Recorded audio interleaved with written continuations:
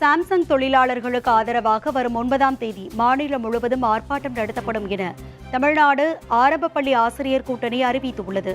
இது தொடர்பாக சங்கத்தின் பொதுச் செயலாளர் மயில் வெளியிட்டுள்ள அறிக்கையில், காஞ்சிபுரம் மாவட்டத்தில் செயல்பட்டு வரும் சாம்சங் பன்னாட்டு நிறுவனத்தில் 1500க்கும் மேற்பட்ட தொழிலாளர்கள் பணியாற்றி வருகின்றனர்.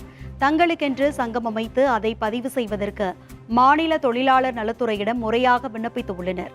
விண்ணப்பித்து பல மாதங்களாகியும் தொழிலாளர் நலத்துறை சங்கத்தை பதிவு செய்யாததால் கடந்த மாதம் 9ஆம் தேதி முதல் தொடர்ந்து போராட்டம் நடைபெற்று வருகிறது. சாம்சங் பன்னாட்டு நிறுவனத்திற்கு ஆதரவாக தமிழக அரசின் காவல்துறையும் தொழிலாளர் நலத்துறையும் செயல்படுவது என்பதும் கண்டிக்கத்தக்கவை ஆகும்.